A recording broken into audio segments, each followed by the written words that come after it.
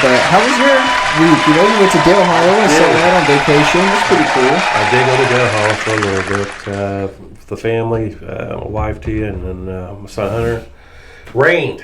Yeah. Rained, nothing but rain. But there's two great things came out of the whole situation. I did catch a beautiful mirror. Yeah. And met Chrissy Simpson. Am I saying her name right? Chrissy Simpson. I'm not sure something. The captain of the USA CARP squad. She was there. Okay. And her and her husband. Cool. Her husband was down there squirrel hunting. Notice he already knew who Hunter was. And then, then she told his wife, and then they both came down here. They gave us some beef stew. Thank you. Oh, awesome. And, and we went to go check out their house because they just live not too far from there. Really? Yeah, right there by Taylor Ford. And beautiful house. Doing a great job. They're definitely living in God's country. Yeah. And they got everything.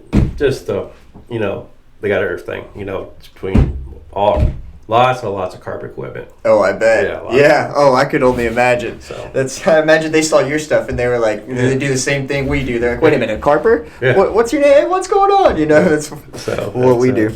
But yeah, catch that little bit of a mirror carp, Yeah. about 28.1. So, cool. Yeah, not too bad. Yeah, that's nice. That was, nice between fish. that and a sucker, huge sucker. A huge sucker. But, how's your week? Week's pretty good. I had a doctor cancel on me. That kind of sucks, American healthcare system. What are you going to do? Right. But I was able to actually get out on a session today and caught 2 fish today. That's so that was pretty cool. Yeah. Got a little fall carp? Yeah. Just kind of learning the more cold water things. I definitely went gung-ho and way too at it. I definitely put in too much bait and kind of shut myself down. That whole situation, and we was talking about that earlier today, and I say, and you only been carp fishing maybe what? 2.5 years, yeah. I'm amazed with you how much knowledge you are soaking up like crazy because Thank you. You already knew that. Like, hey, that's too much carp bait. This is winter time. You know what I mean? Mm-hmm. I mean, like winter time, but fall time it's cold. Right? Yeah. You said the water's about 55 degrees or something like that. I mean, thank you. I greatly appreciate it. That's what I'm trying to do. But besides that, we got. I was gonna say let's bring on somebody who's been teaching me. One of the reasons that I am quote unquote so knowledgeable. Right. Kitty Mack and Colin Peters. Here we go. So let me figure out how to.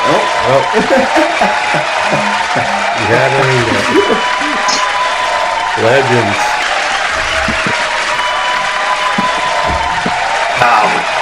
College.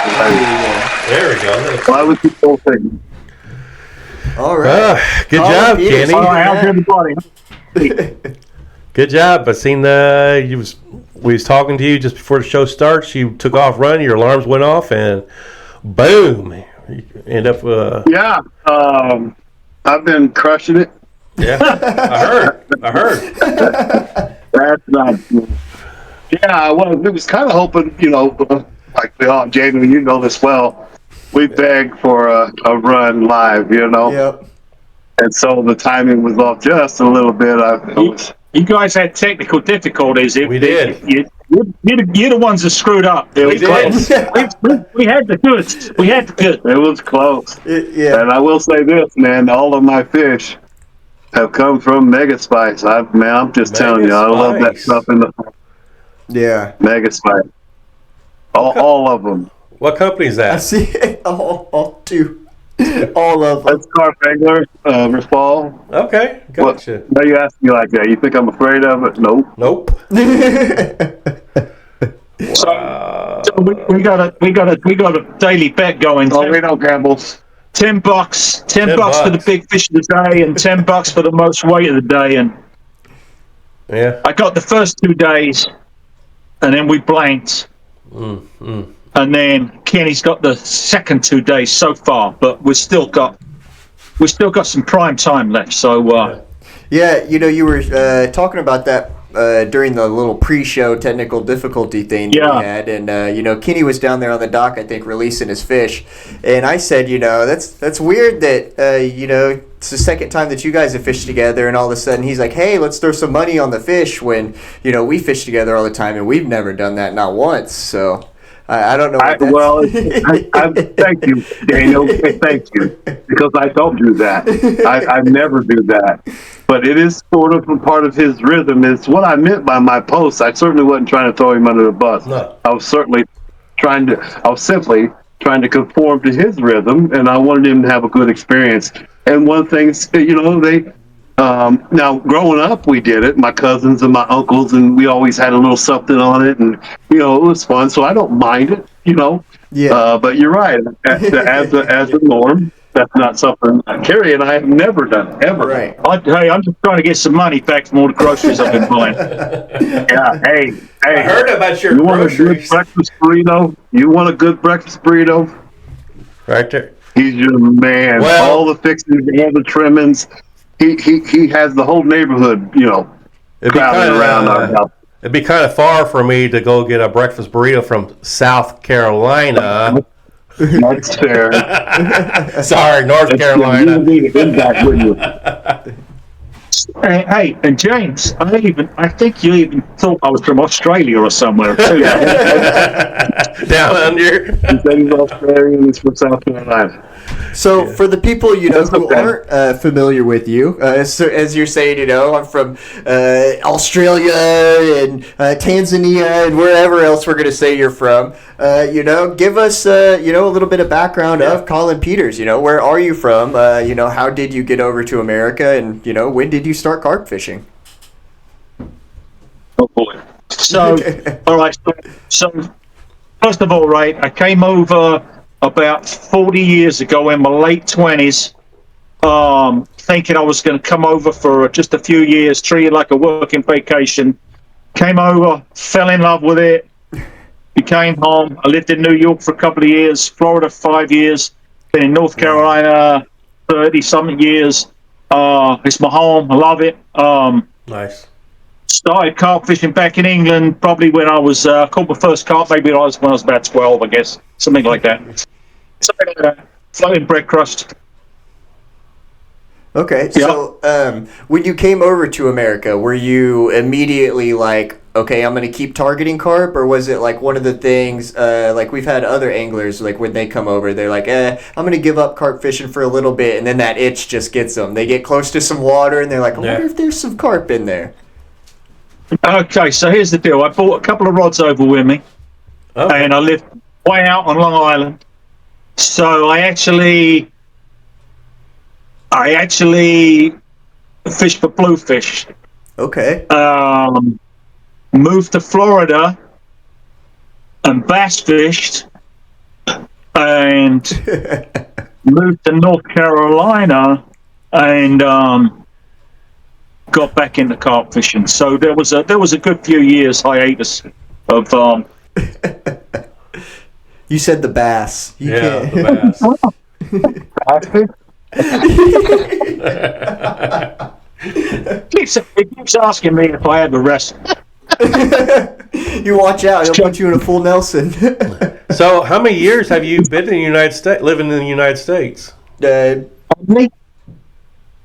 You say how many? Yeah. Almost 40 years. Oh, wow. Almost 40. Okay, so like that. I came over in 87, so it's 38. What he's saying is 40 years. You know, they don't do E, they do E. But what he's actually saying is 40 years. So if you know Lee Hearn, right?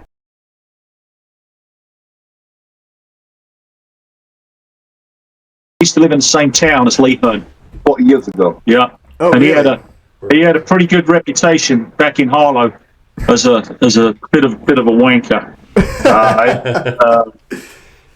It's weird, I feel like he's got that now. I think it followed him. I think it followed him over here, right? Right, Lee? Is Lee watching? Lee's watching. He usually is. Yeah, he's usually in here.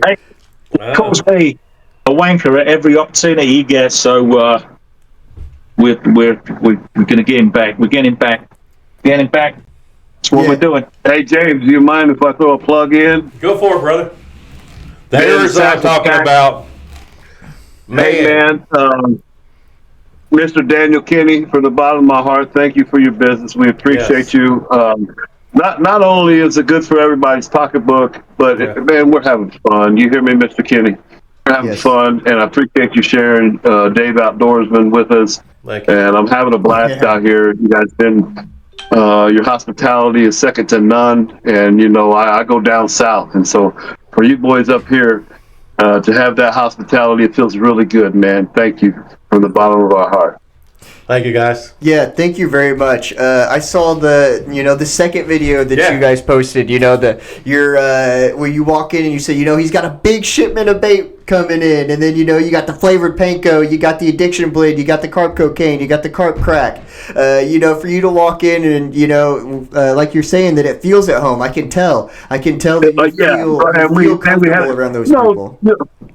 Daniel, it took us about 40 minutes to do those takes. We laughed so freaking hard. Got some blooper reels that you gotta see. Yeah, it did. It felt home. It felt right. It's fun. And I'm not out here trying to crunch my face up, man. I'm trying to laugh. I'm trying to smile. I'm trying to have fun, and they make sure of it. So I appreciate it.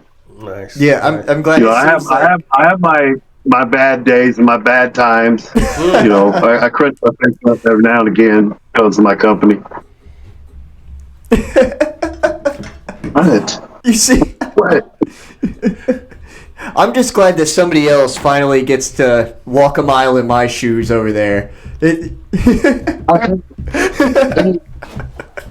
damn handful. That floating dock out there too. And you're out there and you got a fish on. All right. And this old boy comes running out there, give you a hand. It's damn scary. He about capsizes the dock. I got a funny story for you guys. Speaking of that, he felt like I lost my balance, and he tries to catch me. Oh no! So you both want to go in? You ready? Don't try to catch that one. Right, you both want to go in or what? Yeah, it's not gonna move much. But man, hey, listen, we're having a blast. Colin is absolutely flipping hilarious. He's an absolute joy to be around. We're not catching as much as we like, especially with much experience we got in between the both of us. But the conversations that we have, the in-depth detail that we get into, is I don't get very often because I got to fish with Daniel. Okay, Colin, what was that about? Why did he laugh? Well, wait, why did Colin laugh about that? Because he doesn't hesitate to throw people under the bus. The trigger this one. Yeah, that was nuts. I'm used to it from kidding. It's really fun intricate into somebody's mind like Colin's. The dude's been fishing since Jesus walked. And, wow. He's got these cool cages, and you cannot, I don't think you can grow. I really don't unless you get around other carpers, man. Yeah. I think a man gets stuck in his own ways, and it works. Hey, you're okay. Right. But every time I'm around somebody of his caliber, man, there's a half a dozen things like, and so it's been a pleasure, even though we're not catching like we want to. Nice. Yeah, and we were talking on the phone a couple times, you and I, and we've talked about, how we do appreciate Colin's perspective because it is so different than how you think, and then because you are, teaching me, things like that, I kind of have a similar way of thinking that you do. So, like you say, we don't really get that outside, left field, out of the box idea that we see, and I think that sees that the same way. He doesn't get our way of thinking too much. So it is great to get out there and actually be able to theory craft with somebody like that and be able to bounce back and forth and go, okay, what about this, and then sit there and go back and say, okay, I hear you, but what about this? And, we started doing that on the boat, but to be able to do it with Colin is... What's truly intriguing about what you're saying is he has the same process that we do. Okay. Even though it's different ideology, it's the same process. It's very methodical. It's very fact-based. It's very scientific. It's not, I think, let me say it like this. I've often told you this, that Kerry wouldn't let me say something unless I brought a why. Right. I wouldn't let him say anything to me unless he brought that why. Colin has to have that why, and so. Okay, so Colin, where did that that style of fishing come from? Is it just years of you figuring out what works for you and you being confident in your style, or is it just you seeing what works and picking that up, or how did you come up with your personal style of carp angling? YouTube. There you go. I'm kidding. Thank you for everything you said prior to that, by the way. It's an accumulation of fishing for different things over the years, and being around good anglers. I used to fish with I used to tournament fish with a very good pay laker, Tom Brooks, back in the day. So he taught me a lot about pack baits and the kind of the southern approach to fishing. So that was a huge gain for me. And we had good success in tournaments. I've won in 4 states now: Oklahoma, Tennessee, New York, and Texas. Nice. Nice. We had great success in the early years of the Baldwinsville event, which is now the what is it? Ed Wagner French? No, it's Ed French. The Ed French Open. Yes. The early days used to be total weight. It wasn't Big 4 or Big 6 or whatever the format is now. It was total weight. Oh, wow. So the first 3 years of Baldwinsville, we came second, third, and then first. Wow. But those 3 50-hour events, we caught we weighed in 4.5 tons of fish. Oh. I like to think that's some kind of world record, but right. It's an unofficial guesstimate on as far as it's a record. But anyway,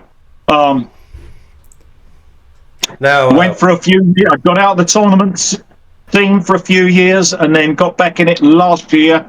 And I fished 2 events lately with Evan Carpiano. We won the Texas event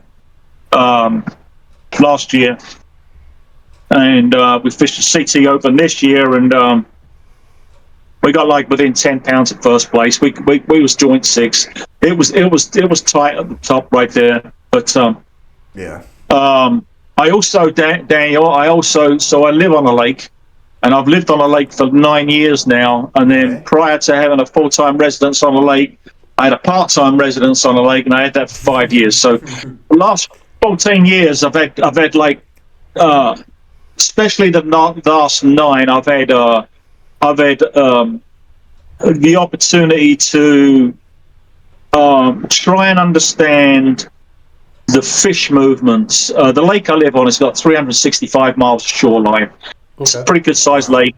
Yeah. The fish, I believe, are kind of typical of the large waters in the US. I believe they're made up of resident, transitory fish and migratory fish. I know the big fish in my lake visit my area about 2 months of the year. So, learning the visitation schedule. You was going to ask me about how to attract big fish into your area, and I'm really not sure if you can. I think you have to get yourself in the big fish area. You're not going to get the big fish in your area. You got to figure out what the visitation schedule is. Okay. Of the better fish in any particular lake you're fishing, because those fish they're probably not resident. They're, these big U.S. waters, they're going to move around. The fish in my lake, for instance, they move about 7 miles from the main lake, coming through my area and end up at the top of a creek, the creek area. It's about a 7-mile stretch. So, the visitation schedule for those fish for me is only about 10 weeks in the year. There's other fish that are not so big that are around for a lot and longer. It's me. Well, that's what I'm talking about. Go get. All right, everybody, we have a fish I'm on. going taking you guys down there. All right, Kenny Mack's going to take us with. Do it. Live, I gotta get my headlamp. Here we are, ladies and gentlemen. Hang on, that's for where's my headlamp? Where's my headlamp? Where's my headlamp? What a You knucklehead. had it Where's on my your head headlamp? when we first started. Did you take it down there? Daniel, don't start me. Don't start on me. You're all the way in Indiana. Yeah, he's hooked up. And I still helped you out, too. He's hooked up, fellas. There we go. We got the entire chat blowing up with likes. Hey, there you go. While we are doing this, I want to give a shout out to everybody in the chat. Let me scroll back up. Shout out to Brian Rand. Shout out to Paul Metz. Shout out to Dave Outdoorsman. Hey, shout out to Dave Outdoorsman, especially our newest member of USA CARP Guide. Shout out Kenneth Myers. Hey, brother. I hope I hope everything's going good with you. Send a prayer up for you, Kenny. Shout out Kenneth Myers, man.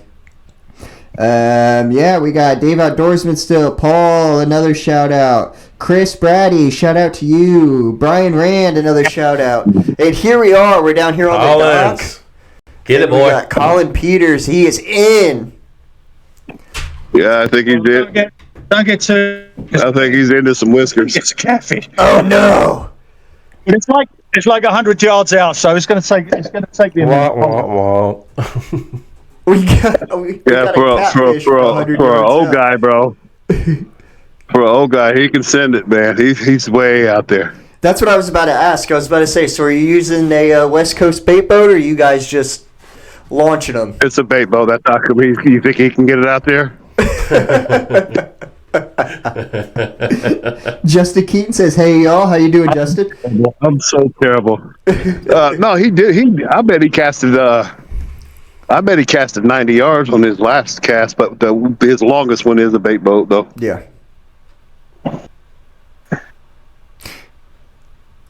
I'm using a big feeder too, so what I've got on the end here, you couldn't cast out.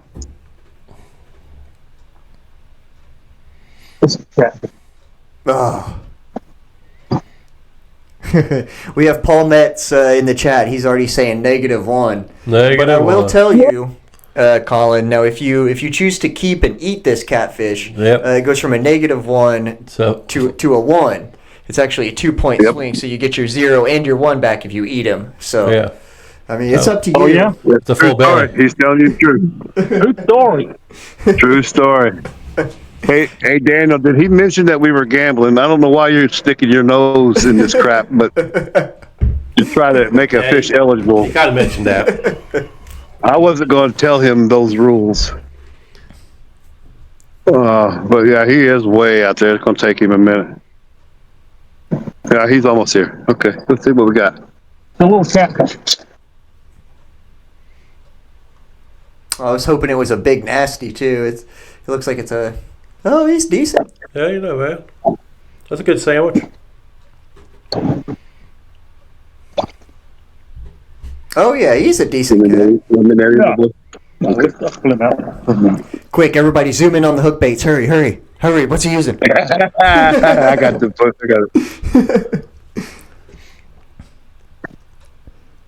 Help me look at that cage he made.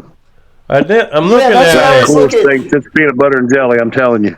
Yeah, when he said you couldn't cast this thing out, I was thinking, okay, well, I'm away. I want to see what you got. Yeah, he made those. Oh, wow, we're way down there. Yeah, they're cool and they work extremely well. That's a good 3-foot catfish. He's a good one. Justin Keaton says he wants to know why you couldn't cast out. He said, tell him about casting. Yeah, Justin, our first trip back on the houseboat after New York, I was telling Kenny about, how I was frustrated, man. I couldn't get out to the fish, I couldn't. I couldn't do anything. I knew where they were catching them, and I was trying to swing out there, and then Justin's like, hey, just try to do a little bit of this, a little bit of that, and I changed some of my casting, and we ended up getting a naked and afraid out there. And, hey, Colin, real quick, tell us a little bit about that basket that you got on your line. How's that work? So it's a cage feeder that it's pretty popular with match fishing, barbel fishing in the UK. But I made these specifically for like the US style fishing with the rivers here. Right. So a much different capacity. You can get a shit ton of oats, chopped boilies in this thing right here. Yeah. So, like you said, it reminds me of a cage feeder for like a barbel and things like that. So you've pretty much just made a jumbo size. It looks like a crowded cage. Yeah. Small, but small.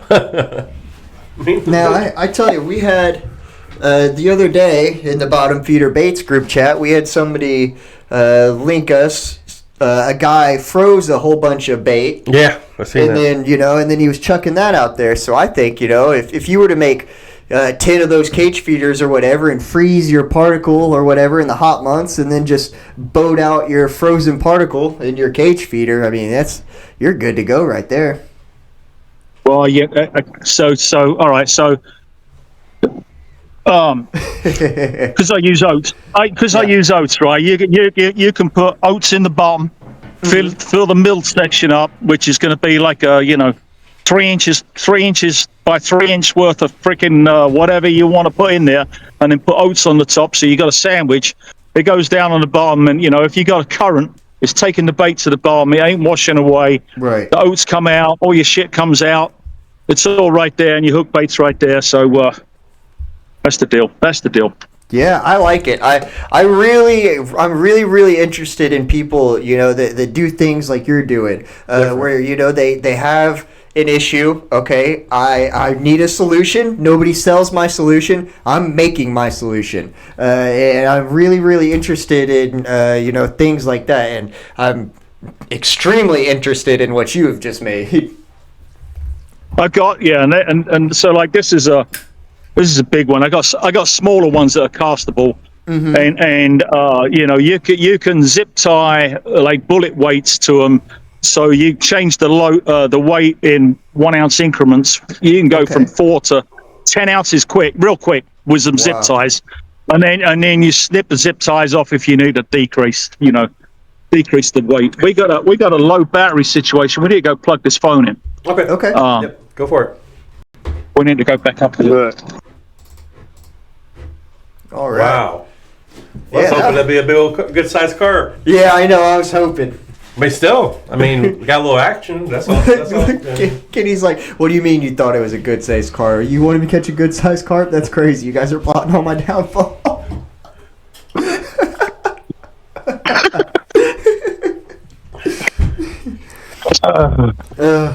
Yeah. Now where's the charger? Yeah, I told Daniel I was going to make sure his phone was charged, and I didn't. And here we are. But we might have to come inside. Let me see what I got going on here. Paul Ned says, "I'll have me some." Yeah, man, those cage feeders. I'm interested in that, especially like I'm saying, I'm gonna try in the hot. Dale Hollow, that water gets hot, like hot. And so yeah, bro, he's got like 100 of them. He made like 100 of them. Like he said, he's got them in different sizes. Just go ahead and throw some in your bag. He won't know. Oh yeah, bro. Did those cages look like it was made of chicken wire or something like that, or? Man, I'm not going to speak on his stuff, Bub. Yeah. Don't try. He's here. He's right behind me. No, there he is. Put it bro. It's not working. Jamie just joined the chat. Yeah, Jamie no, says, it is. Okay. Hey, Jamie, how you doing this evening? Here, have a seat. Hope all is well. Right here. I've been seeing you out there, catching some fish. Cheers. Good job.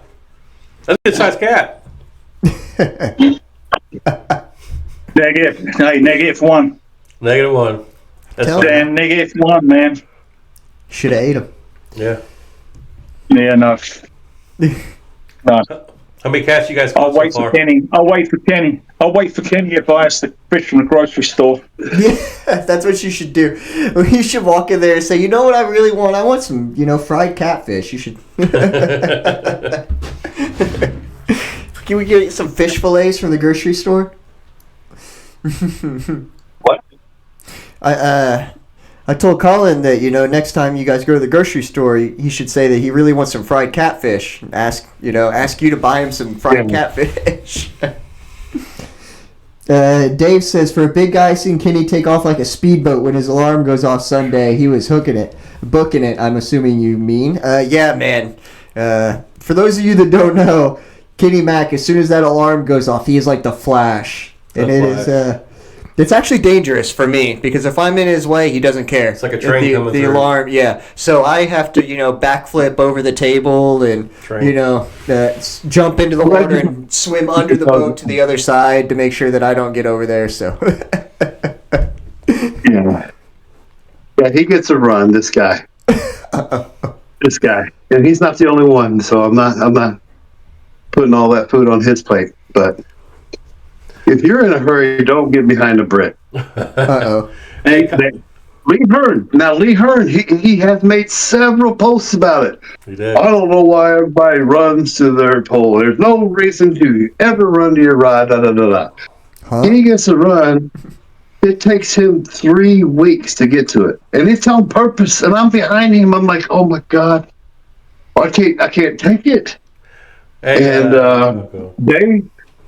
they just don't look at it like we do, and then he lifts it all slow and he starts playing his fish, Bro, we're a little more excited. We get a little more, I'm more intense than that. I kind of wish I was more like them. I really do. I wouldn't fall downstairs and end up in the water like I do. Hey, Colin, I got a question for you. You was talking about how the Southern people, you met a guy named Dave Paylaker, and he was teaching you how to use pack bait. Now, from what I understand, of course, I never fished down the South or anything. People down south, that's all they use is mainly grits and oats or something. They don't use too much pack baits at all. Is that true? No. So why is that? The guy's name was Tom Brooks. So he was a renowned paylaker. So everything you just mentioned, they're all classified as pack baits. And what a lot of people don't realize with pack baits are they're water temperature driven. So there's different pack baits for different water temperatures. Okay. And that matters when you are in a lineup of people on a pay lake. Okay.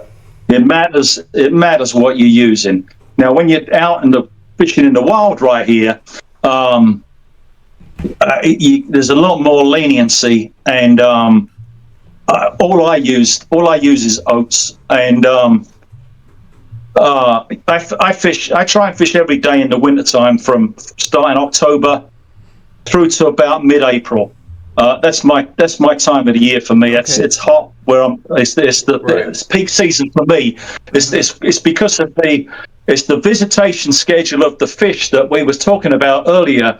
You got to understand the migration, the transition in the fish, or the resident fish. Where they're traveling.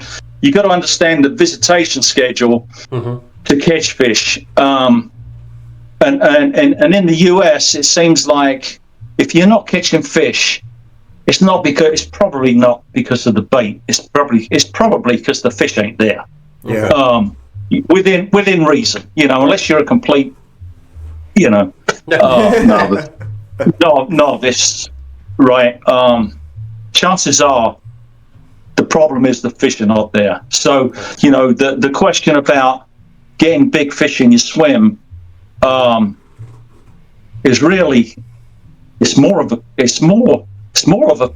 about you getting in the big fish's swim, not the big fish getting in your swim. You have to get in the big fish's swim. You have to be in the right damn area, right, to stand a chance of catching a big fish. And then as far as the big fish are concerned, you pile in the bait, the chances are that you're gonna get a herd of smaller fish that you're gonna have to work through to get to the bigger fish. Or you can attract catfish, or you can attract turtles. Do you?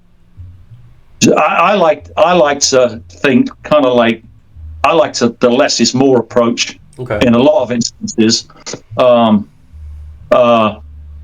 often, like at home, for instance, I prefer to fish 2 rods. I like to fish 2 rods effectively and have a good refresh rate on those baits. Right. You start putting a bunch of rods out and have damn baits spread out all over the place. What you say is true. Guilty as charged. No dig. There's no dig, Dale. There's no dig. Just saying. I'm just saying. I'm giving a for instance, right? If you are fishing for a big fish or few fish, right? Instead of having bait spread out all over the place, where if 1 or 2 fish could come in, potentially eat and go, I'd rather condense my efforts in an area that I feel comfortable with and concentrate there instead of the fish guide approach. I'm going to say this as I'm going to be diplomatic here. Don't worry. I'm okay. He's giving me a look like he's about to give me in the headlock. You sound like off the movie The Patriot. Aim small, shoot small. You get one spot. Aim small, shoot small. He thinks I get offended over everything, and I don't. I love what he's saying. In fact, Daniel will tell you that we have put into practice, and I'm excited. Let me back up a little bit. Okay. Let me explain what Colin is speaking of and why he wants to not be disrespectful. I had 8 rods out. Okay, it's 4 rod limit at Del Hollow. I got 8 rods out, and I've got a half a bait boat worth of bait on each and every rod, and we've got fish crashing in our swim. Right, we're not catching. And Colin says to me, "How much bait we got? We got too much bait in the water." Well, I immediately jumped on it. First of all, you're on my boat, old man. And second of all, there's not too much bait out there. I've only got this much bait. And he says, yeah, from here to here. And when he said that, I was like, shit. And so there's a few things that happened that he taught me. One of them was, shoal separation. You don't want to separate the shoals, and it's possible. You possibly could have a scenario where you're confusing fish. You're confusing, there's food on each one of these spots. And then secondly, if there's even a half a bait boat on there, they could, come take a swipe and go to the next one and take a swipe. Go to that, and that dude could run down every one of my traps, and I never receive a capture. So what he doesn't realize, I don't think, is that I wholeheartedly bit into his strategy and ideology. I wholeheartedly agree with him now, and I don't know it well yet. We're putting it into practice now, and he said like 3 or 4 times, that's my feeder rod. Well, how many times did we use that terminology this past session, Daniel? Yeah, that's so it sounds exactly like we're on the right track, but we still need to. I heartily agree with you, old boy. I really do, and I'm not offended. In fact, quite the opposite. I very much respect it, and I very much appreciate it. But like everything else, there's a time and a place. I think the skill comes in with those adjustments, and what Colin did was put another tool in my bag. And, I have always talked about building a swim. Not always, but since my success rate went up, that's where it came from, was building a swim. Yeah. And when I say that, I mean a trap. And Colin is speaking of the bigger picture. And I now do believe I can outfish a man that's using 3 rods with 1 rod. Yeah. Because of the quality that I'm putting into that rod. I now wholeheartedly believe that. Whereas my ideology is 99 hooks. You heard what I just said? 99 hooks. Get them out there. And how can I go wrong? How can that possibly be wrong? How could that possibly not be my highest percentage of success? It's not. It's damn not, man. So. Yeah. And sorry, go ahead. Yeah, you tend to not to fish so effectively or efficiently with the more shit you got to deal with. Yeah. Right. And that's all. And sometimes it will. If you've got a shit ton of fish out there and you got clients and you're trying to get people on fish, that's great. But sometimes you don't have a shit ton of fish and you are fishing for one fish at a time. And if you've got your bait all over the damn place in all different depths, you are you're covering all the bases, but is it to your detriment? You're covering the bases, or you might be covering the bases for the fish. You're going to feed the fish or a fish one way or the other. But are you going to catch it? Yeah, maybe not. Yeah. It's going to eat.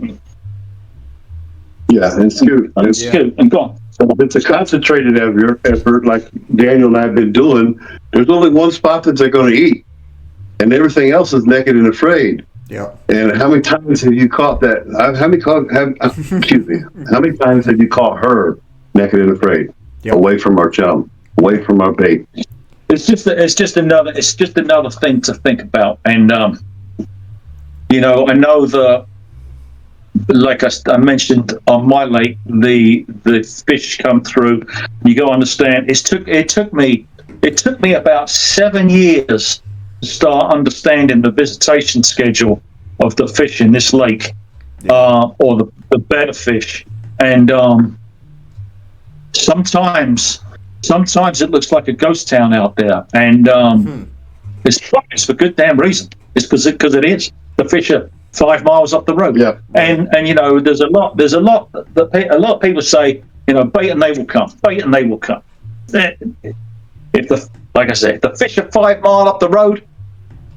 It don't matter how much bait you put in, they're going to stay 5 miles up the road. And fish are creatures of habit, and they're gonna do what they're gonna do, and you might interrupt them on their way to doing what they're gonna do, and you might delay them, and they might spend all the time. But are you gonna have the fish stay in your area for a prolonged period of time? I don't think you could ever bankroll that. I mean, it cost a lot of money in bait, right? I don't think how much money you spend. I don't think it's possible to stop a shoal. I think it's possible to get them to slow up, catch 2, 3, 4, 5 fish out of there. I think it's impossible to stop a shoal. Okay. I'm sorry. Go ahead, Colin. What? I was going to say, big fish, they get big because they're eating a lot of protein, and that protein might be crayfish, mussels, clams. I believe bait fish are a bigger part of a carp's diet than we realise. I think the fish in my lake are following the shoals of shad around, which are like the shoals of shad in the wintertime are massive. Yeah. And the cormorants are all over them. There's a lot of fish getting shredded. I'm sure the catfish are below the shoals of shad, and I believe the carp are right there underneath them too, taking advantage of wounded fish, slow fish, pieces of fish. It's they're opportunistic. It's easy. Right. It's easy to feed for them, and it's no different. It's no different from the cicada. Cicada frenzy on the surface. It's right. Shit moving around. It's small fry. It's my belief. Water snails, all that stuff. The big fish didn't get big from eating people's boilies or maize that get chucked in. Big naturals. Yeah. Yeah, this is one session, Daniel, that I truly regret you not being here. Yeah. I would have loved your input on some of the things, and I don't care how little experience you are. It's your out of the box thinking. It's your ideology that I appreciate. And we banged out a couple hours at a time of nothing but ideology, and you would have fit right in. I wish Carrie was here. There's a lot of and Colin's very receptive, man. He's not sitting here telling you, he's not doing that, man. He'll shut up and listen to me for freaking 20 minutes, and it's just been an absolute blessing when it comes to a couple ideologies coming together and being receptive to the different types of thinking. It's been super cool. Yeah. Nice. Yeah. So I want to ask you before it slips out of my brain, because I've been holding on to it and I still got it. We talk about you can slow a shoal down. You can maybe catch a couple fish out of that shoal, but they are going to move on. We've all had sessions where we're just catching fish for 2-3 days straight of just constant fish. So in your opinion, do you think that we are slowing those shoals down until another one comes through and then we're just catching back to back on shoals, or do you think it's a big shoal that we have slowed down so long that they are feeding for a couple days? Great question, but I think it could very well be both. I think both scenarios would come into play in that type of catching. At Dale, I would say it's a different shoal. At Dale, I would say it's almost like they're kind of brats at Dale Hollow, yeah. And so they're real finicky, and they're not quick to accept your piece of shit corn over a crawfish. They're not quick. Out here in CT, they're like the Crips. There's a ton of. See, I don't think it's plugged in, bro. I don't think we're charging, bro. Uh-oh. Hold on. The green light's on. Hang on. Maybe now. I'm going to make a comment. If anybody has any questions for Colin, please drop them, because he's very, very knowledgeable. I'll make a comment, Daniel, about the fish moving, and they move around in the shoal. If they move around in pods or a shoal, right? Mm-hmm. Yeah. Who is following who? Are they like sheep? Who's making the decision to guide the pod around at any given time, right?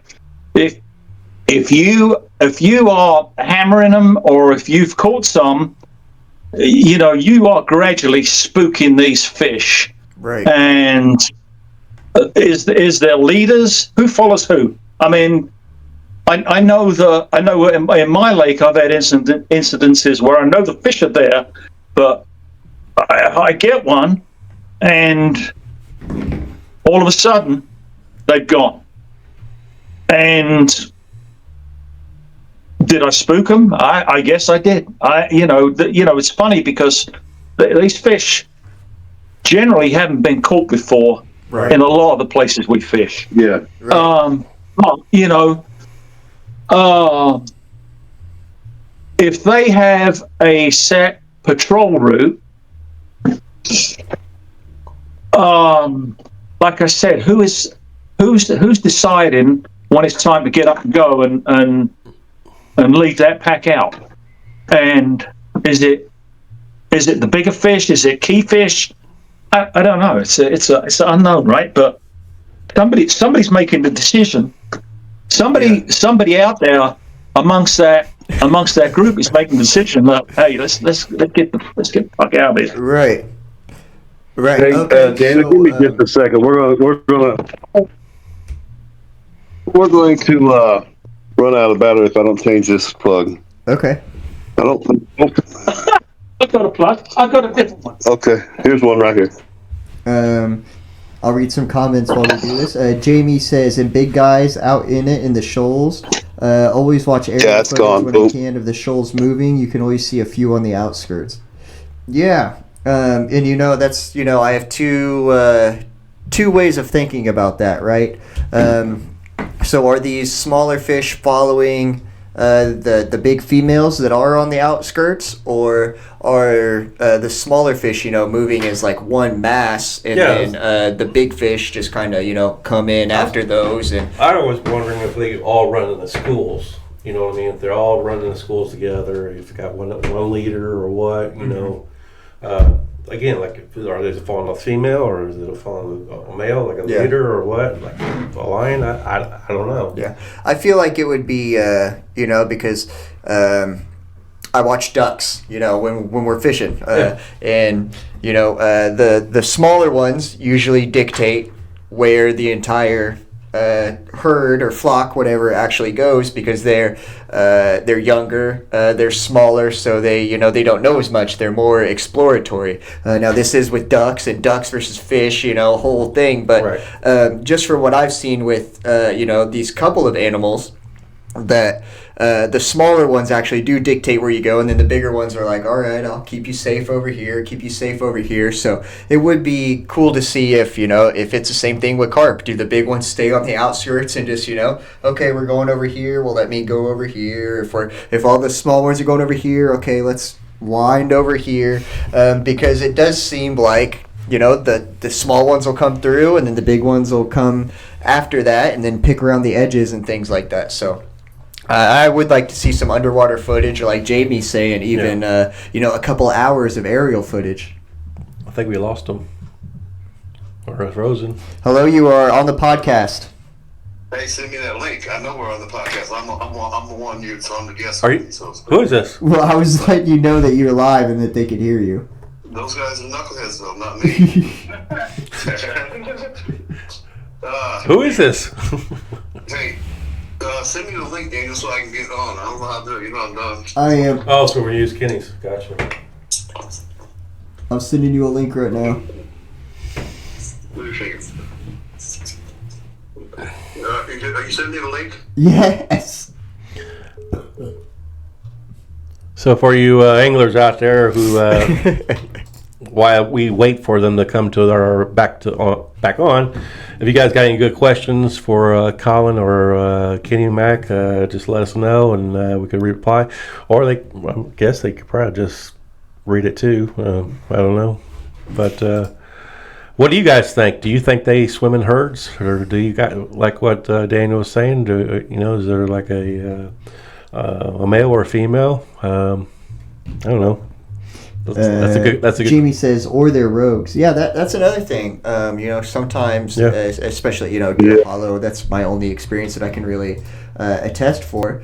But Dale Hollow will catch one fish, and it's sometimes like a 35 or a 38, 36, something like that, and that's the only fish that gets pulled from that particular swim. So it's kind of weird to see, is this a big fish moving by itself? Did a school of smaller fish come through and just miss my hook bait somehow? These are all questions that's very hard to get answered. Down Dale Hollow, a lot of zebra mussels. Yeah. A lot. I'm curious what they got in their lake. What kind of, because I'm sure there's huge fish. It's a nice lake that's got some nice trophies in there. Mm-hmm. What kind of stuff they got laying on their bottom for eating? Yeah, and I'm not sure about their, because they're not in the South, so I don't think, they have the high crawdad, nothing like that. But like Colin was saying earlier, is he thinks, that they are following those big balls of bait fish like the shad and things like that the bass pop on. And, bass shad are very delicate, so if a bass hits them, pretty much they're gonna die and sink to the bottom or float to the top, but sink to the bottom, and then those carp, as they're scrounging along, pick up a shad, and they're like, oh, that's nice. So I'm gonna start swimming under these bass, and as they kill the shad, I'll scoop them up. So that's a very good theory. I love it. Yeah. Man, I want one of those Ben hats. A whole lot to do. It's fun though. I'm glad you brought that up because I have one for each and every one of you. Compliments of Dave Outdoorsman. My brother. That's how Colin got his, and he said, make sure James and Daniel Irish get one of these hats. So I have. Oh wow! Thank you, Dave. Hats now. Appreciate it. These are like camouflaged. They're not. They're like these. Yeah. But they're camouflaged red. They got like this. Okay. Red Bull splatter on them. Yeah. Because I spilled my Red Bull all over them, So they're What, Daniel? I'm glad that I get a custom pattern hat. That's pretty cool. Custom, bro. It's just custom. A one of one. So, no, I'm kidding. I didn't. That's the only thing that gets Red Bull put on them. Dave, if you are listening out there, your Team Fish Fighter hoodie is coming in the mail at your. Oh, he gave me a whole list. He don't want just that, so you need to look at this list he has. This guy's. Yeah, he wants. He had a hit list as well. Let me see what Santa Claus could do, man. Yeah, Brian Ray. I think we'll have to put our efforts together. He don't want much, but he wants what he wants, and I think it's for the greater good of everyone. It is. Get this thing off of me. I want to talk to Colin. I want Colin to get his piece out there. Let's get back to that juicy targeting that we was talking about, and Colin was talking about who's leading. So I really want to get back to that because this is kind of, it's not new to me, but the terminology he's using is a little newer to me, and I really want to hear it. So let's get back to that. Would you hand me that spit cup so I can spit all this out? Yeah, so as you guys were, coming back, James and I were kind of talking about it, and we were saying, is it the smaller fish? Because I was talking about ducks. When you have, a flock of ducks or a flock of geese, those smaller, younger, less experienced animals are the ones that kind of, they're curious, they meander around, and the adults are like, all right, I got to keep you safe, I got to move with you, And I wonder if it's the smaller carp that are doing that, and then those big girls are, moving around with them like, okay, I'll pick up your scraps, whatever you don't eat, let's move on over here, the more lazy, not as active fish. What are your thoughts about that? Man, you got the whole family pat down, don't you? Yeah, I mean, it could be any of those things, right? Who knows? I mean, right. we're all just speculating, really. I mean, that's all you can do. I mean, but something's going on, and so you got to kind of like try and make sense of it, and the fish are gonna move. They're always on the move. And they go to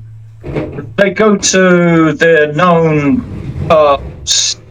food sources, right, or areas that contain the food sources, and you've interrupted them because ultimately they are feeding on naturals on a daily basis, but you've interrupted that schedule. Right.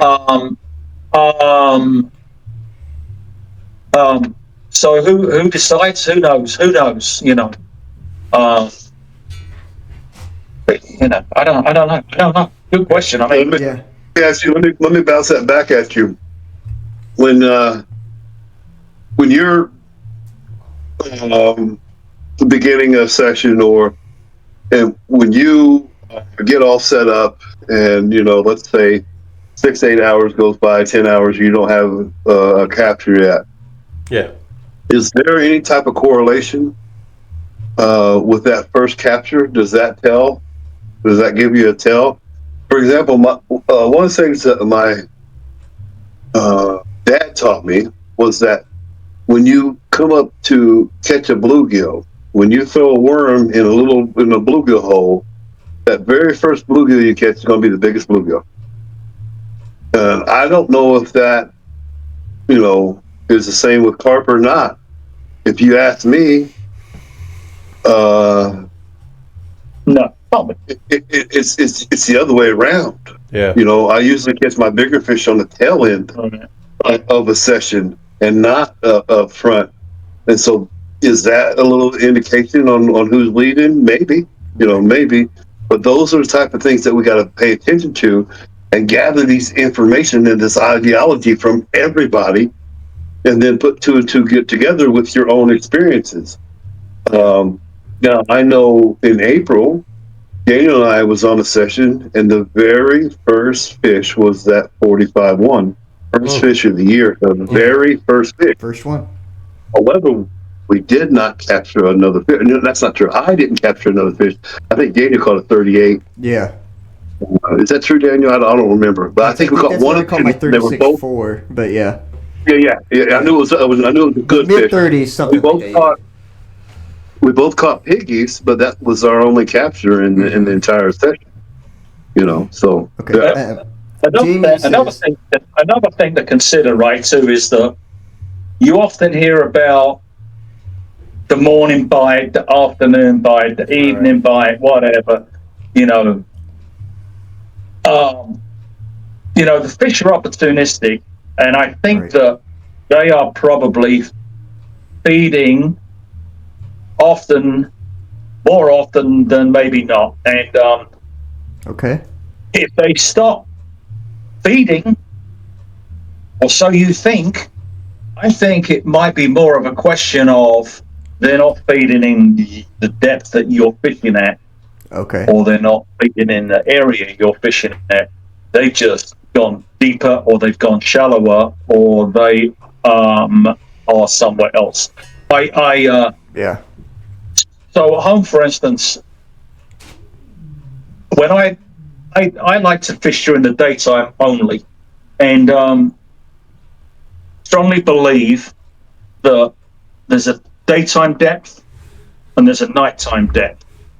I think at nighttime, the fish in some lakes will run the shoreline and be shallow, and I, in my heart, I believe that I know this because wherever you fish, if you hook a fish and it heads for marginal snags, docks, pilings, whatever, they know where all that shit is for good reason.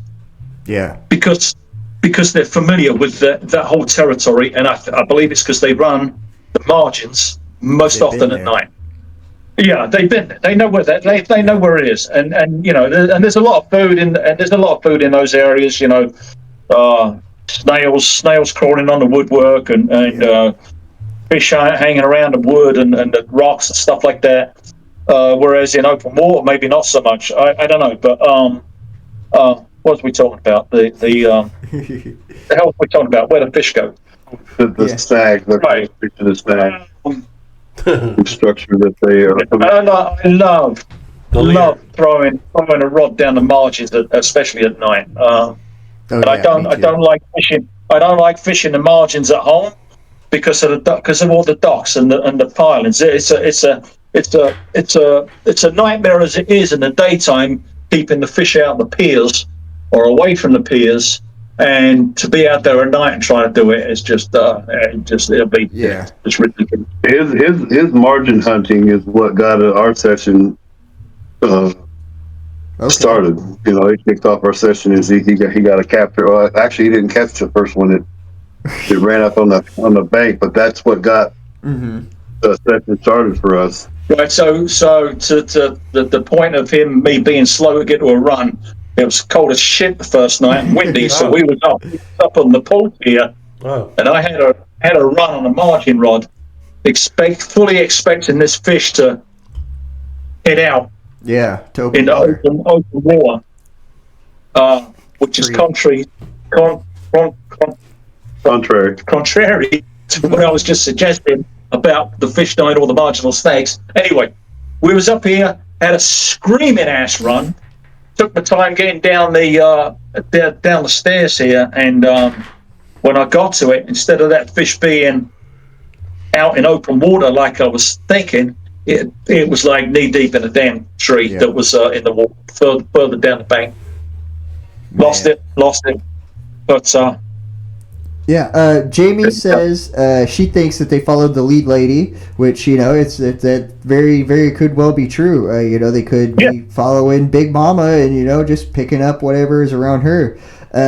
With what Kitty Mac said, if you're in a session for 6 to 8 hours, and you catch one, I think the answer would depend on.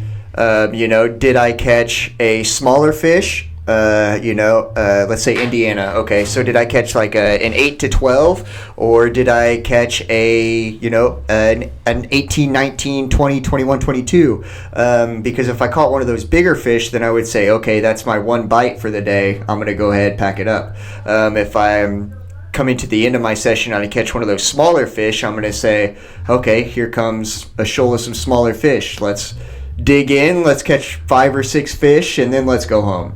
I don't know why I think like that, but I feel like the bigger fish is definitely going to be the single fish, and then the smaller fish are going to be more of the shoal runners, if you want to call them that. That's where you're going to get a lot of pickups fairly quickly, and then those bigger fish are going to be your longer wait times.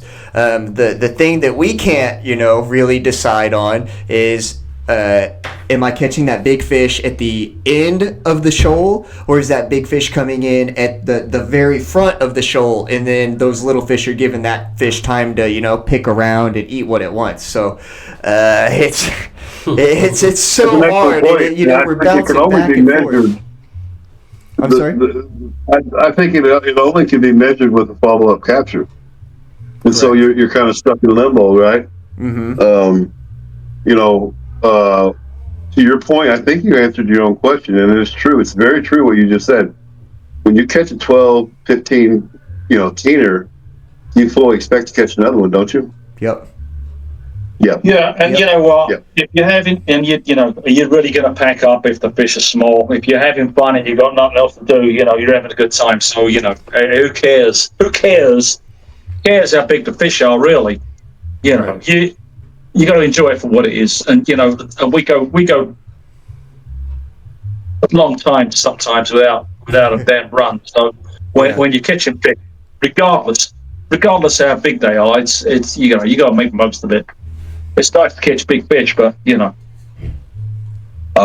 sometimes you can't control that. Yeah, it's fair to say. Right. So who cares, really? I don't know. Well, back to his point about clients, when we have clients, right. He's right, man. We got to put them on fish now, and a capture is a capture. Now I have had, Colin's one of them, and people like Colin, I know damn good and well he's on that boat for one fish. Yeah, and we strategize accordingly. But if it's literally in my questions when people first reach out to me, I say, hey, what are you after? If I don't know them, what are you after? Are you after catching some fish? You after your first Del Hollow mirror? Or are you after her? And it makes a difference on how we approach it. It makes a difference actually on where we set up, and so it actually makes a difference in our whole mindset, of our trip. It makes a difference in our entire mindset. It does. I got the first week of April booked. Awesome. Dale, and gonna do it with Gary Bartlett, and oh no, there was a number of there was a number of mid-40s that came out, and of the same area, and I will tell you that I strongly believe that fish are creatures of habit, especially the big fish. They will return to certain areas at certain times of the year, and they'll repeat that process. And I strongly believe there's a good chance of a 50, a Dale Hollow 50. Oh, wow. And that is the target fish for the first week of April next year, man. Dale Hollow 50. 50 or bust. You just got me excited. Hey, Colin, what is your PB? 44 4. Nice. Yeah. A 44-4. Nice. Yeah.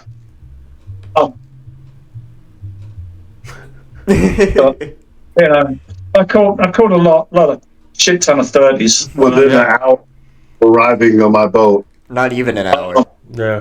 Right. I can remember. So I actually remember his fish. I don't remember him catching it because I remember I was asleep. We were in the marina. We were coming back. Yeah, everybody was on the boat. I was on the boat still. I was asleep on the houseboat. You weren't asleep. Yes, I was guess asleep. what Daniel was doing. Take a guess. Right, that's why I say, ha ha ha ha. Daniel was asleep. Everybody. Anyway, Daniel was asleep. And so I hear Colin come onto the houseboat in the morning because our previous guest had just left. And so, I hear him come on, and I'm like, oh, that's cool. We got a new guest coming onto the houseboat. I roll back over. And, and then, I hear some more commotion. And I'm like, uh-oh, what's that? So I get up, and they got a fish out here. And I'm like, oh, wow, you guys got a nice fish. And then they pull it up out of the net, and I was like, oh, wow, you guys got a fish. And, Colin, he's on the boat for all of 25 minutes and catches a 44-4. I was over the moon for him. Wow. I was so excited. That wasn't on me. What it was to me, I was just, but next year it's going to be a 50, man. It's going to be a 50. Legendary. I'm actually. There's a dozen mid-40s or something came out last year. I had a 45-4. There's 50. There was 50s. I was hoping for a 50 last year, but there's a 52 out. There's a 52 out of Dale Hollow. There is. And like I said, those fish are creatures of habit. I was talking. I caught a fish 1 year on a lake in North Carolina that was not a resident fish to the area I caught it. It was a migratory fish. It was several miles up a creek in an area that the fish frequent spawn time only. So it was miles away from where it ought to be, and it was a mirror. I can't remember what it weighed, but exactly 1 year later, the same weekend of the year, in the same spot, I caught the same fish. Wow. Approximately the same time of the day. And I was talking to Ronnie de Groot, who used to hold the Belgium record. It was 70 odd pounds, I think, at the time. But he told me that he caught that fish on the Kempish Canal, which is 35 miles long. 1 year later,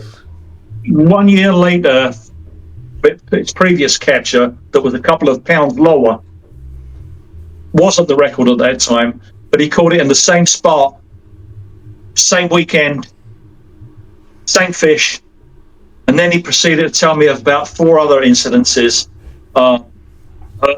personal experience of his, the same phenomenon. And I think the big fish have known, selective, comfortable resources of protein that they around the lakes that they go visit, and they're on a schedule, and I strongly believe that those fish in Dale Hollow, those 40s, are going to be right back in that area at the same time. They're going to be just a little bit bigger. I agree. It's going to be a 50. Yeah, our increments have went up every year, every spring. Right. They went up. It's going to be a 50, and this time we're going to do a little bit of a condensed approach, and that's what I was going to say is, I'm you just saying, this April we're going to quest for a 50. You already got me. I pretty much got my hair on my arms standing up. I'm ready to get out there and get after it. Anything that you need me to do, you already know I'm going to get out there and do it for you. I definitely think that you and Kenny, putting your guys' minds together, I definitely think I definitely think it's possible to get it done. I like what you're saying about, fish being caught out of the same places, because Terry Hearn, I remember I was listening to something that he's saying, and he's saying if you catch a specimen carp out of a swim once, you can guarantee it'll be caught out of that swim again. And I was thinking, well, that's across the pond, and it's a little bit different, but it's got to be somewhat similar for wild carp, because like you're saying, humans, we get things that we're comfortable with. How many people do you know that go to Florida every year for vacation because they're comfortable with it? That carp might be the same. Every summer he comes up to this tree because he's comfortable with it, or they run that bank because they're comfortable with it. So I think a lot of the things you're saying are they are clicking with my brain a lot. Right, and everybody wants to know. Everybody wants to know how to catch big fish, and I think if you can in any way research, find out where certain big fish have come out of certain lakes, rivers, whatever, and if you can find out the approximate week or month, or part of the month of the year of where it came from, and then concentrate your efforts back in that same spot, or same spots. If you can find out, about more fish, people keep that shit secret. So that's going to be that's almost ridiculous to even suggest that. But Norbert's CT record, for instance. Do we know where it came from? Do we know what week it came out? Because pretty good chance that same fish is going to be back in that same spot at the same time, or in that general ballpark, perhaps, or immediate vicinity within reason, and selective baiting, not get carried away, so you don't attract a herd. You might stand a chance of picking that fish back up, and it could be it could be 60 pounds this time. Same thing happened when Brian Santos held the record. Yeah. Rafal caught it, and it was the same fish, confirmed, but it was 4 ounces heavier. I don't know how many exact, but it was a little bit heavier. So there's your new CT record. So Jamie's talking about that in the chat. She says, look at the CT record, caught twice in the same spot. That's nuts, man. Hey, Kenny, a quick question for you. You guys ever thought about tagging a carp in Del Hollow? And have I have actually. I thought about it extensively, but when you say tag, though, there's a couple different ways. A safety tag. A safety tag is doable. A tracking tag is not. No, not tracking. No. See, I want the tracker. Not tracking. I want the tracker. Wouldn't that be nice? We all do. GPS on them bastards. Yeah. You'd be hard pressed to get a tracking device to work at Del Hollow. Underwater. I'm just talking about a fish where you could just tag, name the fish. Hopefully you catch it here in about 2 or 3 more years. I say, hey, there's Julie. That's right, Dave. You can do that, but I think it's a needle in a haystack. I've been fishing Del Hollow for quite some time, and there's only been one known recapture.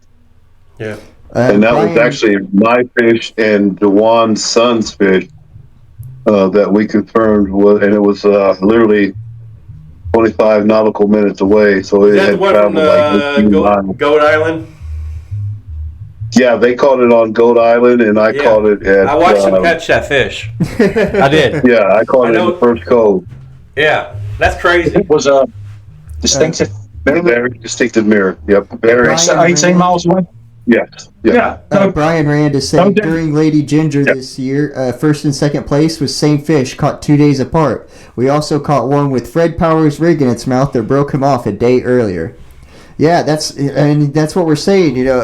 Those fish, they could be staying around. The difference between migratory, transient, and resident fish. That could be a resident fish that you caught.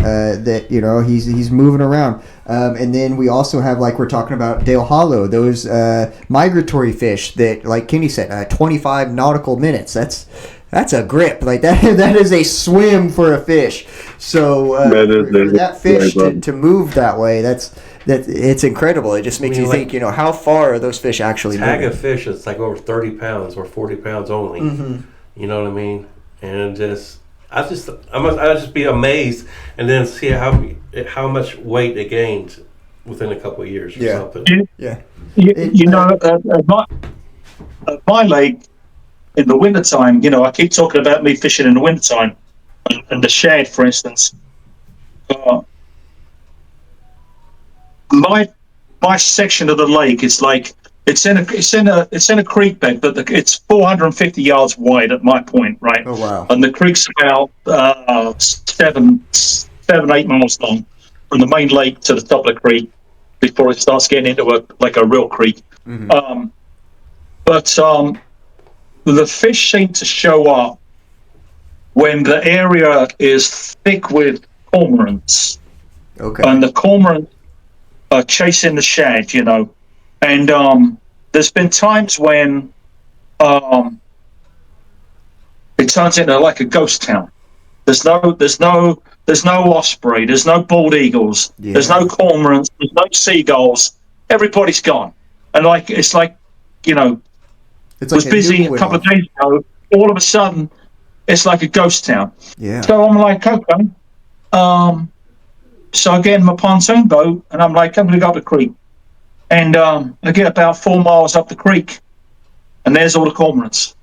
And I didn't fish, but, it's like, okay, the cormorants are up here. The shad are up here, because that's where the cormorants are.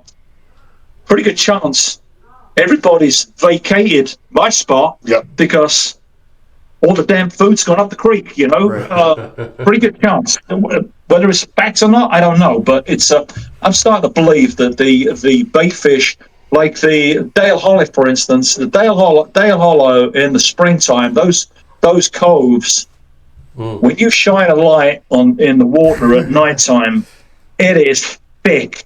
Yeah, it is. Thick with these little minnows. Thick. And, and fish rolling at night, you're not getting runs. I wonder whether on a bright moonlit night, are those minnows all up at the surface, attracted to the moonlight, and the fish and the carp is just like cicadas. It's like a cicada hatch, but they're minnows and they're just under the surface instead of on the surface. Yeah. Is it the same? Is it the same scenario? I think it might be. I think the fish might be crashing on the damn minnows, just like they do on cicadas.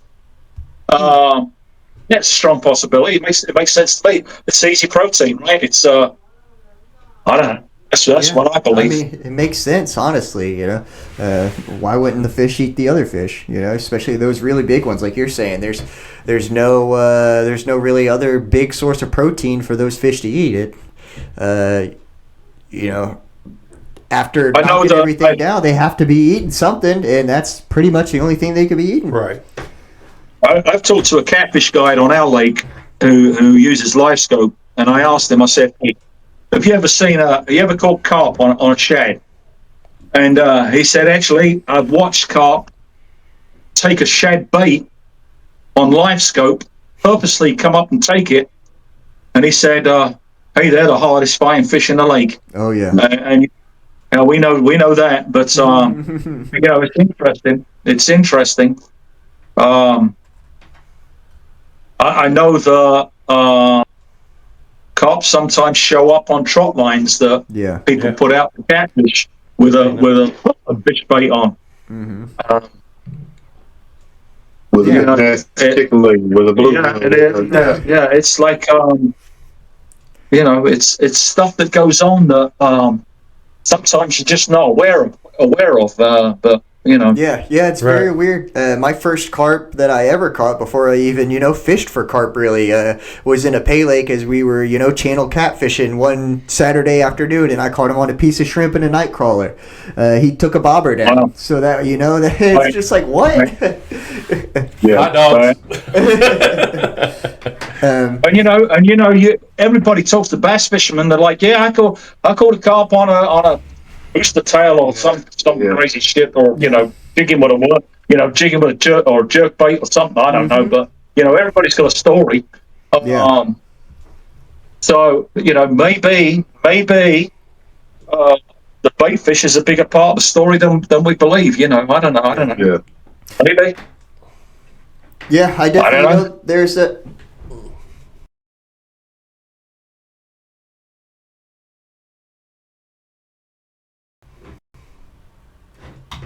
Yeah, I'm quick with it now.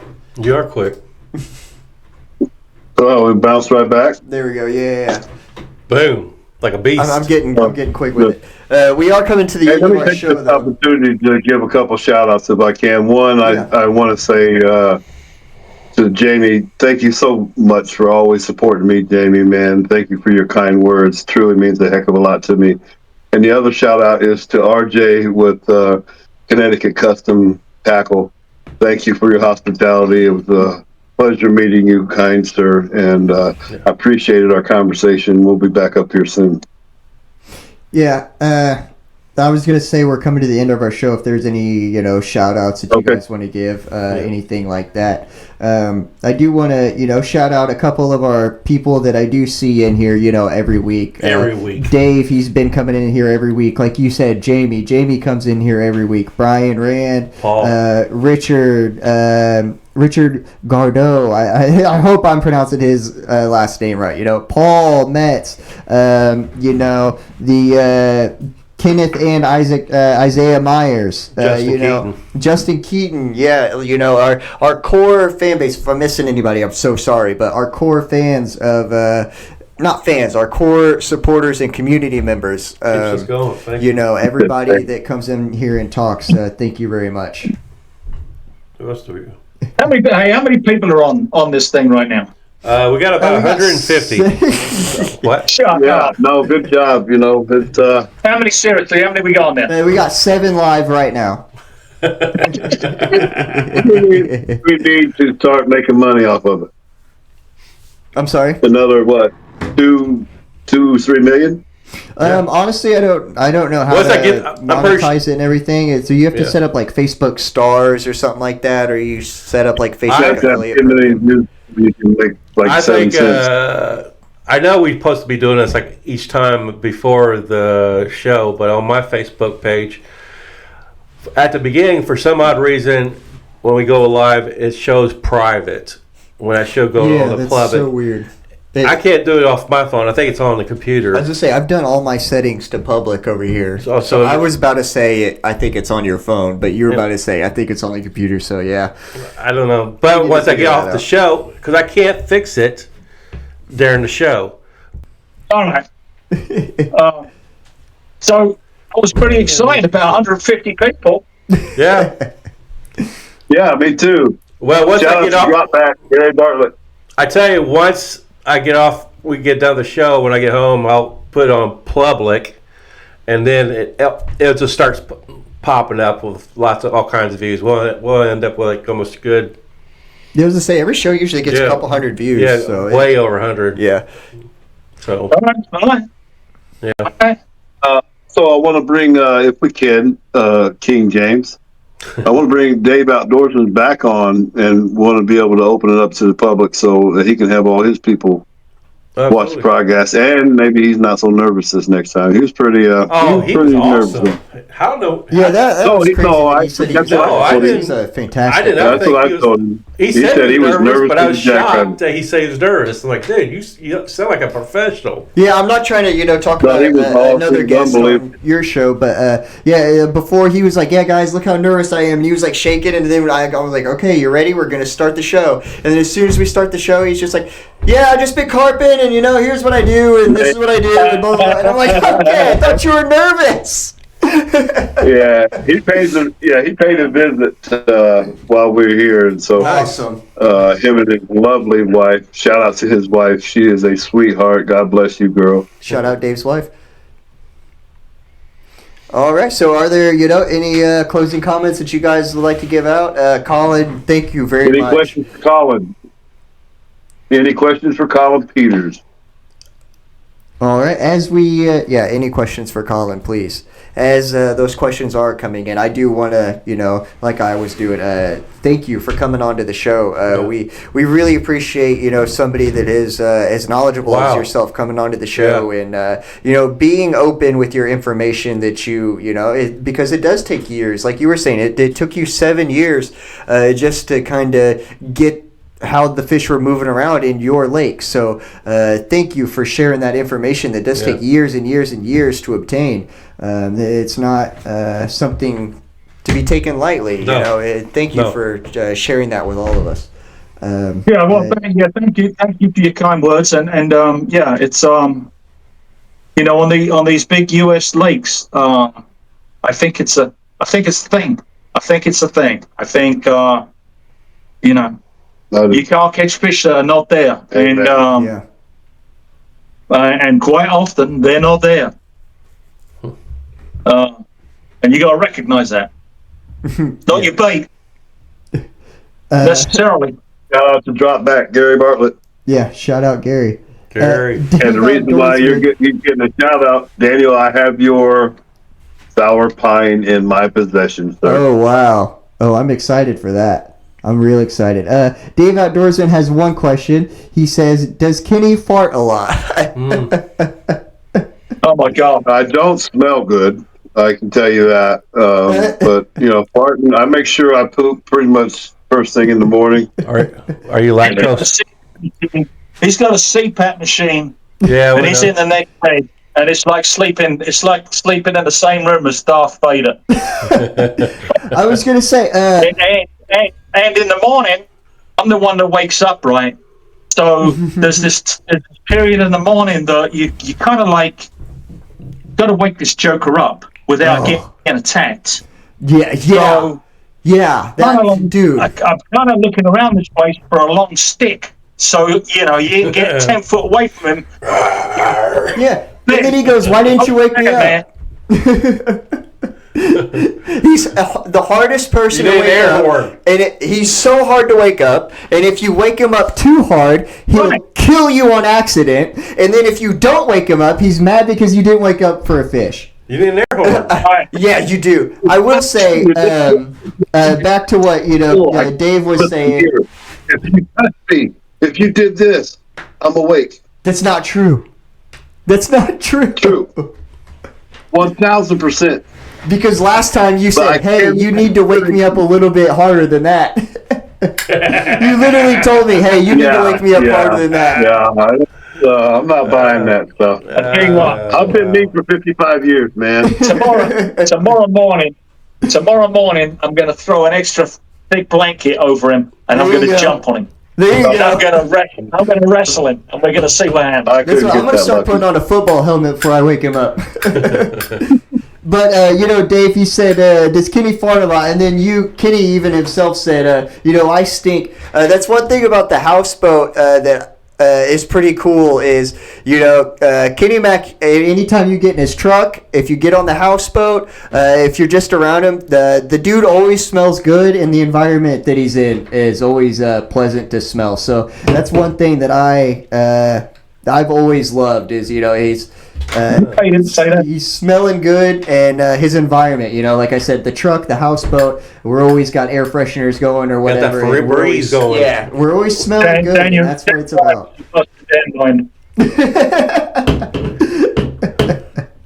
You've been paid. You've been paid to say that. You've been paid. No. You know what? Why can't I get some of that money? That, Daniel. I hate I paid that bee to sting you now. Kenny, you always, every time I sniff you all the time, you always do smell good, Kenny. Yeah, that's what it's nothing that I would ever bring up, but now that somebody else has said it, I'm gonna stand up for it. Well, he's always smelling good. Like I said, truck smells good, houseboat smells good. Everything smells good. So, thank you very much, you guys. We're talking about something else, man. We're going to be getting people, I'd love to come on that boat, but I don't know. It might smell too good for me. But thank you guys for coming on to the show. Appreciate you guys. Kenny Mac, as always, thank you very much. Thank you, guys. Colin, you're very quickly becoming one of my favorite people in the community. Thank you very much. you guys have a great night, and Colin, can't wait to get you on the show again. Oh yeah, absolutely. Thank you, Daniel Irish. I love you, boy. Love you, Penny Nut. Stay safe and catch some big girls for us. Hey, buddy. Almost 2 hours, I guess. Hour and a half. I was wondering what's going on with us. Yeah, I just can't get out of that. Especially with Colin, anytime somebody gets me talking about carp behavior, the science of carp, I'm hooked. I can't end the show. Dave Outdoorsman says Fishing Expo. Yes, Fishing Expo. What is that? Let's see if I remember the dates off the top of my head. January 31st, February 1st, February 2nd, something like that. I remember it ends right before my birthday, which is February 3rd, so that'd be cool if we could link up. You guys killed me with all the air fresheners on the houseboat. I was dying, though. Yeah, Jamie, I would rather it smell like a bunch of Febreze than, a bunch of butt. Especially when I'm out there and I haven't showered for 6-7 days. I do not want to smell myself. But shout out to all of our sponsors. Shout out Carp Angler, Big Money Beepers, Team Fish Fighter. Shout out you guys. Bottom Feeder Baits. Really shout out you guys for everything that you do for me and our Bottom Feeder Baits team. Shout out Carpy Commando. I just saw he's going to Texas. Safe travels to Brandon Kim and Carpy Commando. USA CARP Guy. Yes. Hey, shout out us. Appreciate us. Carp Angler Group. Again, we got 2 big Carp Angler groups over there. And shout out West Coast Bait Boats, Ultimate Bait Boat. January 30th, 31st, and February 1st. Okay, so I was 1 day off. January 30th, 31st, February 1st in Marlborough, Massachusetts. They will have a carp row that he's calling it. Am I missing anything, James? I don't think so, man. I think you got it. Edgewise, I was going to say, I'm kind of firing off here. You guys got me talking for an hour and a half straight. That Dr. Pepper over there is doing you good, isn't it? I was going to say, I was fishing all day, and now I've been talking about carp for an hour and a half, so I'm on Well, you didn't have a show yesterday, did you? No, I didn't. Yeah. I was looking for it. Yeah.